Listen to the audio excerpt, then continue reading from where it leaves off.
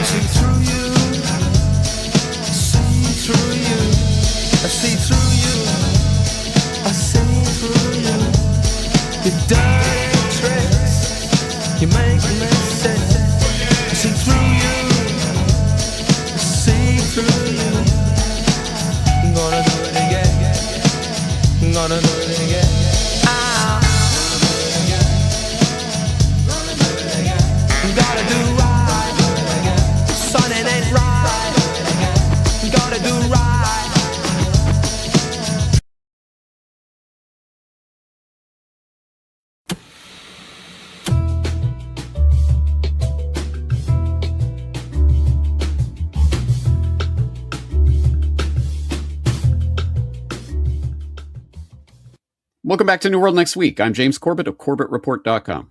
And I'm James Evan Pilato of MediaMonarchy.com. What there was an exchange of information. We have got that story, plus The Last Rock Rebel, The Revenge of Morrissey. But first, U.S. launched kamikaze drones against Iran. Grabbing this first story from Zero Hedge. In the first 72 hours of Operation Epstein Fury, U.S. forces conducted more than 1,700 strikes across Iran on high-value IRGC military assets and leadership. Notably, U.S. Central Command indicated the operation also marked the first combat use by the military of one-way kamikaze drones, a newly added capability. Now, this is really something, James.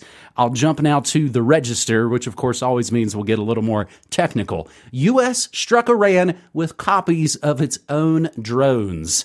The Pentagon, the pentagram as I like to call it, has confirmed that the U.S. forces struck Iranian targets using weapons that are copies of Iran's own Shahed 136 suicide drones. When Operation Epic Fury began on the morning of February 28th, involved in the action was Task Force Scorpion Strike, the U.S. military's first one-way attack drone squadron based in the Middle East. U.S. CENTCOM, part of the Department of War, responsible for directing military operations across the Middle East and South Central Asia, disclosed the unit's involvement in a press release. The first hours of the operation included precise munitions launched from air, land, and sea. Additionally, CENTCOM's Task Force Scorpion Strike, which is actually difficult to say, employed low-cost, because that's the most important way to kill, one-way attack drones for the first time in combat, it stated. Task Force Scorpion Strike, TFSS, was only announced in December when it was said to have formed up with a squadron of low-cost unmanned combat attack system Lucas drones. These have an extensive range and are designed to operate autonomously. They can be launched with different mechanisms to include catapults, rocket-assisted takeoff, and mobile ground and vehicle sense systems, CENTCOM said at the time. According to CNN, sidebar, Paramount Sinai won over Cuties Flicks for Warner.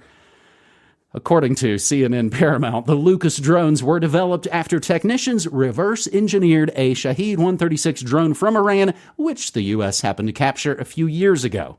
A couple of extra related links on these. Drone strikes on Amazon data centers in the Middle East reveal the urgent need to defend Innocent life? No, AI. That's what the article from Zero Hedge says. And another also completely different story. Starmer faces dilemma after British base in Cyprus hit by drones. Begun the drone war has, James. Unfortunately so. And I will just throw in one other related on this that shows the calculus that is involved in these drone strikes in these types of warfare situations.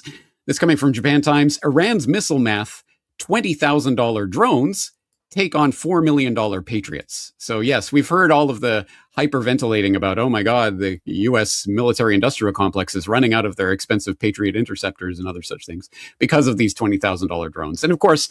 what's the answer to this? Well, now the Trump administration is asking Congress for another $50 billion to wage their Iran war, so to replenish their stocks of weapons and, replenish the stocks of Raytheon and Lockheed and all the other military industrial vultures that they are feeding, of course. So no surprise there. And if this sounds familiar, then ding, ding, ding, you are paying attention, and you always hear it first on Corbett Report and or Media Monarchy. So I will flash people back to December of 2024 when I was writing about this exact thing that we are starting to see take place in every major conflict right now, these kamikaze drone attacks.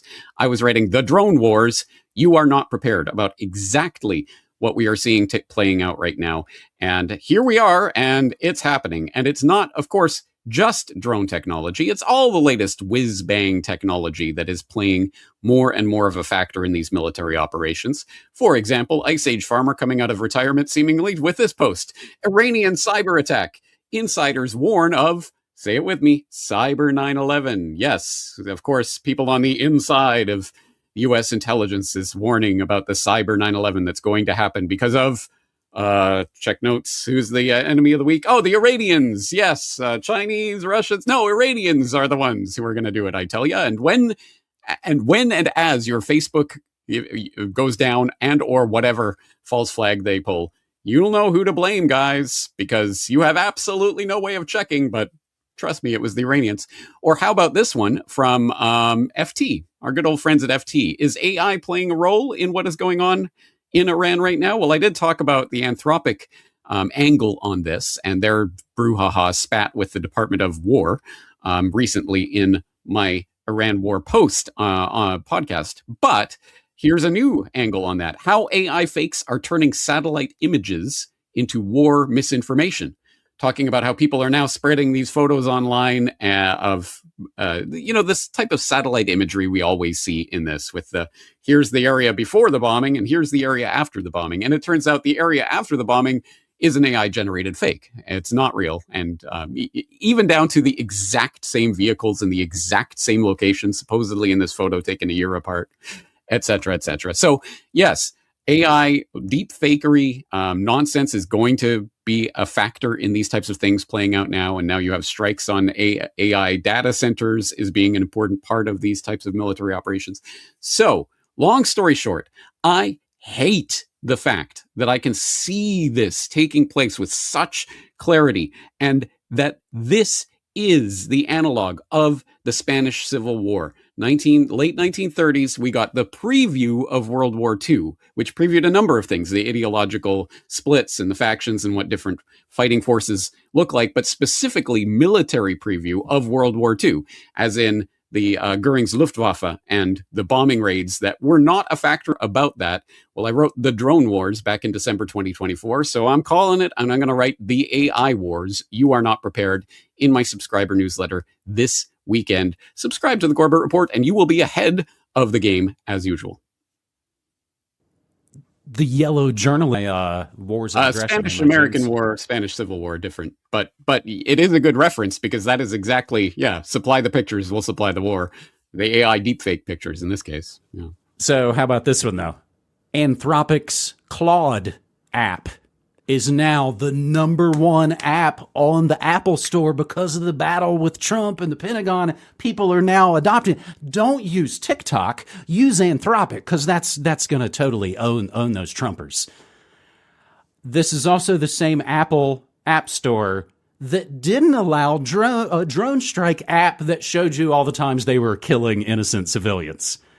We'll put that up in the links as well. Again, it's just James, we've been doing this for a long time, man, and just to see the same plays being moved and no one really seeming to stay up with it.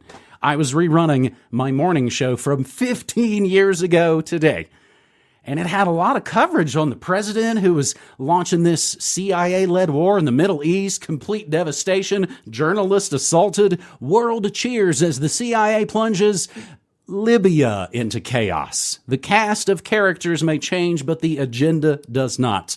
And really, I'd say if alt media was as popular as it is now, we might have been able to actually stop some of this stuff. That is how we get going on this New World Next Week, episode 621. Our second story takes us down south to my neighbor, Mexico. Forces kill El Mencho after U.S. help, and then violence hits multiple states. Mexico forces kill El Mencho, which of course translates to the Mencho. Mexico security forces killed Nemesio Ruben Osuera Cervantes, Nemesis Cervantes, the country's most wanted drug lord, following information that the U.S. assisted on. Trump has for months pressed Mexican officials to target drug cartels, and the U.S. offered up a reward of up to $15 million, assuming, you call the right number when you see Luigi sitting in the freaking McDonald's. Up to $15 million for information leading to the arrest of El Mencho, who led the Jalisco New Generation Cartel. I call them the New Power Generation Cartel on my show as a hat tip to Prince. They are a designated terrorist organization in the U.S. Mexican President Sheinbaum urged people via posts to her social media accounts to remain calm after violence erupted in multiple locations following the security operation in the western state of Jalisco that the Mexican Defense Ministry said killed El Mencho. But get this part, James. This is coming